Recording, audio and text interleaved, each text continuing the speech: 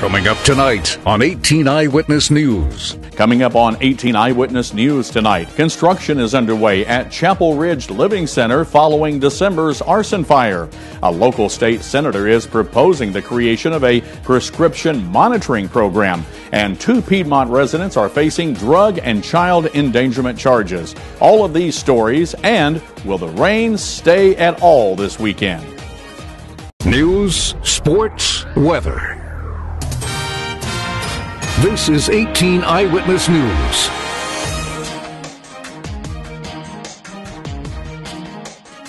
Good evening, everyone. Thanks for joining us. I'm Fred Dawkins. Tonight's top story, it will be 3 to 4 months before residents can return to the Chapel Ridge Living Center in Mineral Point. The facility was extensively damaged by an arson fire just 6 weeks ago. Mineral Point owner and administrator Mary McDonald says the smoke and flames came out of the room where the fire started and then raced around the hallway, damaging the dining area and an adjoining room. The intense heat damaged the personal belongings of many residents. Mary says everything on the first floor, including furniture, was damaged beyond repair. However, she says the work of rebuilding is underway. They've already gutted the first floor, taken out everything, and it looks like that all of the sheetrock, everything is going to have to be totally redone, all the wiring, all of the systems, our camera systems, our internet system, our fire alarm system, and our sprinkler system, all will have to be completely reinstalled. Mary says she's very pleased that the center's 31 residents were able to escape the fire without injury. And now Dustin Kopp is here at Channel 18 with a look at our first forecast. Dustin? Well, Fred, it's pretty mild out there right now. We're seeing rain throughout southeast Missouri. Currently, we are seeing temperatures in the 50s, 51 in Farmington, 52 in Fredericktown, as well as in St. Louis, 55 right now in Ironton, 52 right now in Piedmont. Now, this evening's looking pretty wet. We're going to see some showers at 7 p.m. with 50-degree temperature. By 9 and midnight, we're going to see temperatures in the upper 40s to near 50. However, some thunderstorms are going to be in the forecast with an east-southeast wind 5 to 10. More details on your wet weather for the next couple of days coming up later in weather. 3rd District State Senator Kevin Engler is introducing legislation to combat the abuse of prescription drugs. The Farmington Republican has filed Senate Bill 710, which would create a prescription drug monitoring program. Now, the program would monitor potential abuse by patients who doctor shop to get multiple prescriptions and rogue doctors who write multiple prescriptions. Engler has personal connections to this issue. In Washington County, where we had a doctor that was writing 50 scripts or more of Oxycontin and the like type drugs a day, and abusing it, and he wrote them to kids and young people, and they sold them. And we've had 3 of my constituents die from overdoses from pills that he prescribed to people. Now, Engler says there are grants available to set up the monitoring program, so there will be no cost to the state to establish it. Engler's 3rd District includes Carter, Iron, Reynolds, St. Francis, St. Genevieve, and Washington counties. 2 Piedmont residents are facing drug and child endangerment charges. 25-year-old Edward Sloan and 20-year-old Angela Whitaker have been arrested by the SEMO Drug Task Force following a search of their home. The pair faces charges of possession of a controlled substance, possession of drug paraphernalia, and endangering the welfare of a child. Authorities say they found methamphetamine in bags ready to sell, pipes used to smoke meth, straws for snorting meth, and a marijuana pipe. The child endangerment charges stem from the fact that Whitaker's 2-year-old son was in the home at that time. Sloan and Whitaker are being held in the Wayne County Jail in Greenville. When we come back, 3 of the safest college campuses in the state are here in southeast Missouri. That story is coming up next, only on 18 Eyewitness News. Three of the safest college campuses in the state are right here in the 18 Eyewitness News viewing area. Mineral Area College in Park Hills and Three Rivers College in Poplar Bluff ranked number 2 and 3 respectively in a recent survey by stateuniversity.com.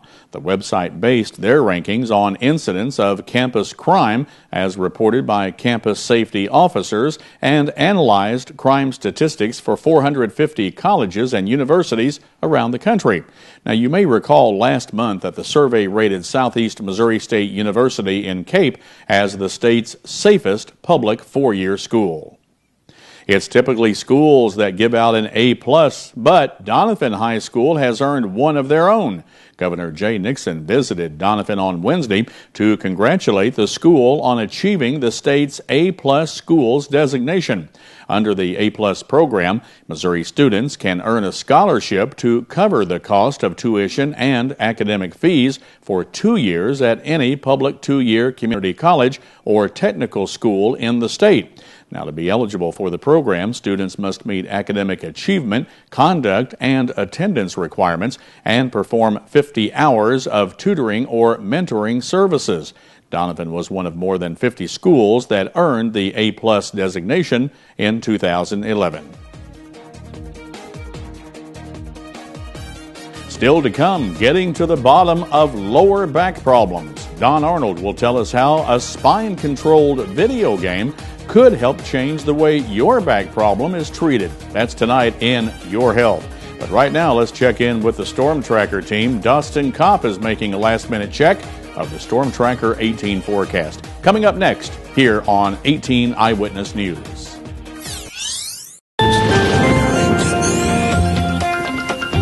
And welcome back. As we head into the weekend, we're going to see some wet times here in southeast Missouri. Next couple of days are going to be pretty wet. We may even see a couple thunderstorms throughout tonight into tomorrow, and then the temperatures through the next week are going to remain above normal. Through southeast Missouri, temperatures right now are in the 50s, 52 right now in St. Louis. In Ironton right now, one of the warmer spots, 55. Rolla right now, 49. 52 in Piedmont, 53 in Poplar Bluff. Van Buren right now at 51. 53 in Cape Girardeau, and right now in Marble Hill, 55 degrees. Factor in the wind, we do have a little bit of a wind chill. 48 right now in St. Louis, 53 in Ironton, 49 in Piedmont, 53 right now in Marble Hill, and 49 in Fredericktown. Right now here at the station, we have a temperature of 51 degrees. It feels like 48 right now. And we do have some rain showers out there as we speak. And we've seen rain throughout southeast Missouri for the last several hours this afternoon into the evening hours. Current dew point right now at 41, 69% humidity, east-southeast wind at 9 miles per hour. The rain's going to continue through tomorrow, even some thunderstorms. That's going to continue through southeast Missouri, moving into the Great Lakes. A lot of the Midwest is going to see a lot of rain into the Great Lakes and Ohio Valley. Now, there's also a chance for some snow up here into the Colorado Rockies. As we move into the lows tonight, we'll see lows around 45 in St. Louis, 48 in Ironton, Piedmont a low around 49, as well as in Marble Hill, 51 for your overnight low in Poplar Bluff and Cape Girardeau. Tonight, we'll see a low around 47 degrees, mainly rain, some thunderstorms possible, east-southeast wind 5 to 10. Tomorrow, we're going to see a little bit of a warm-up. Compared to tonight, not much, just joking. 52 for your overall high with some thunderstorms in the morning. Otherwise, it's going to be pretty rainy. East-northeast wind 5 to 10. As we look at the next several days into Sunday, more rain. High of 47 degrees, 51 on Monday, partly sunny through the next several days, Tuesday, Wednesday, and Thursday. Temperatures on Tuesday with a high of 53, 45 on Wednesday. Back in the 50s by Thursday, and then in Friday, mostly sunny with a high of 44. Here's another check of your weekend forecast. Tomorrow, thunderstorms with a high of 52, low of 38. And then on Sunday, rain continues with a high of 47 and a low of 29. That is a check of your Storm Tracker weather forecast. I'm Storm Tracker Chief Weathercaster Dustin Kopp. Fred, back to you. Thanks, Dustin. Now Don Arnold is here with tonight's Your Health. Don? It is estimated 1 in 4 Americans suffers from back pain. The cost of treatment is skyrocketing. Medicare costs for steroid injections to treat back pain are up 629%. And pain pill prescriptions have shot up by more than 400%. But is all that necessary? Some experts say not all back pain is the same and can be avoided altogether. To prove their point, they're using a group of volunteers in a video game controlled by the spine. Here's Clark Powell with the details. As a nurse in a rehabilitation facility, Barb Porterfield has seen it many times before. Bending over to treat patients in a bed and lifting them out of it, especially without assistance, can quickly take a toll. We've had different nurses have had strained backs, have pulled muscles, and have been off for a couple days because they've pulled their backs doing something. It's because of those injuries that researchers at the Center for Personalized Healthcare at Ohio State University want to follow nurses like Barb to try and predict who is at risk for back problems and how best to treat them. And to get that information, they will use this sophisticated tracking system. We'll have them basically play a video game with their back, and depending on how they perform on that tells us whether they have a deficit or not. Experts say because we don't understand all we should about back pain, many patients are getting drugs, expensive tests, or even surgeries that they may not necessarily need. Medicare payments for pain pills are up 423%. Surgeries are up more than 200%. But is that really necessary? Researchers say if these models can predict back problems early enough, they can try different approaches, like exercise to prevent injury or physical therapy to treat it. And that may be just the beginning. It's an entire component, so education, physical aspects, cognitive aspects. They got to think about what they're doing. By training people how to use their backs properly and by building 3D models of individual spines, researchers hope to know in the future just who is at risk for back problems and to have an efficient treatment plan ready if they need it. At Ohio State University Medical Center, this is Clark Powell reporting. Researchers at Ohio State spent more than a decade developing the computer that builds 3D models of a person's spine. Over the next several months, they will test them out on nurses to determine if they're using their backs properly and to predict what injuries they could be facing. Well, coming up in today's Your Life segment, how to help your kids beat the couch potato syndrome. That's today on Focus on the Family with Dr. Bill Meyer. And coming up in sports, I'll have a wrap-up of high school action on the hardwoods and on the mat. The Blues finally return to the ice, hosting the LA Kings at Scott Trade. And number 4 Mizzou will host number 8 Kansas tomorrow night in Columbia. These stories and more coming up on 18 Eyewitness News. This is 18 Eyewitness News Sports.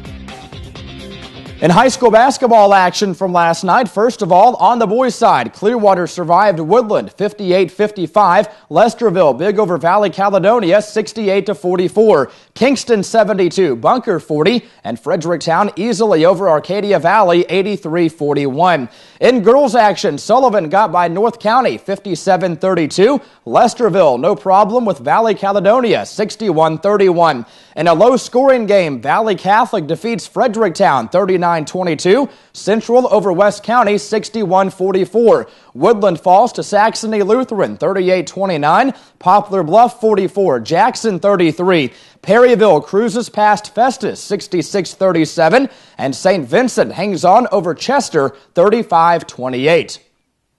Farmington Wrestlers overpowered the Washington Blue Jays on the mat at home last night, 44-13. The Knights had 2 pins from Kyle Vaness and Austin DeSold, 1 tech fall by Ethan Hennis, 3 major decisions, and 5 wins. The Knights will hit the mat again tonight at home with a double duel for senior night.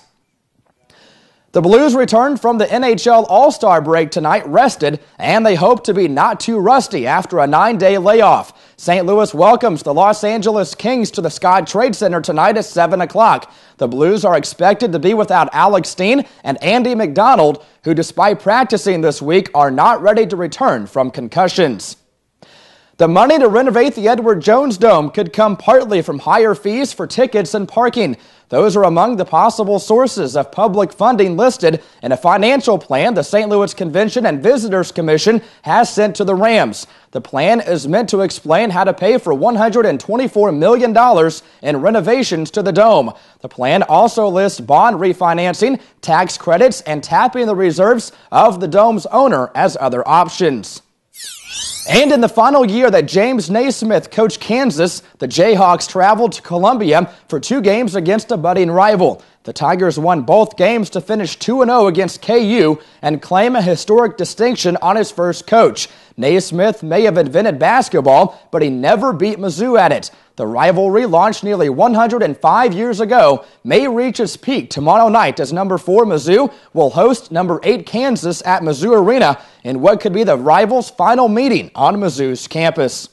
And that's a look at sports. We'll be back with tonight's Your Life segment right after this on 18 Eyewitness News.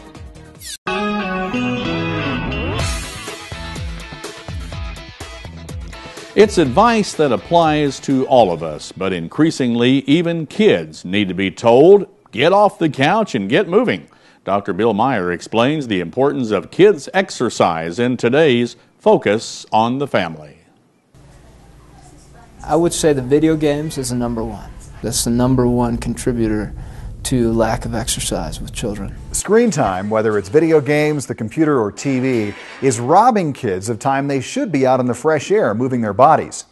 Health experts warn us that the bad habits created now will plague these kids with medical problems later on. You can't just say, oh, this is what you should do. Don't eat this, or, go exercise. You have to model it. We think exercise and fitness and being outdoors and being active is important, and so doing that together obviously shows that. Do you want to ride your bike, Bella? Do you want to get your bike? We'll walk, the kids will ride scooters or ride their bikes, or we'll take a family bike ride, just things like that. Mike and Jill McCoy are pursuing an active lifestyle for themselves and their 2 daughters, all in an effort to head off the couch potato syndrome. And with a family history of health issues, the McCoys are also concerned about nutrition. Certainly with a genetic, tendency, we do not want to set them up for diabetes in their adulthood. We don't say, oh, we just don't eat sweet stuffs.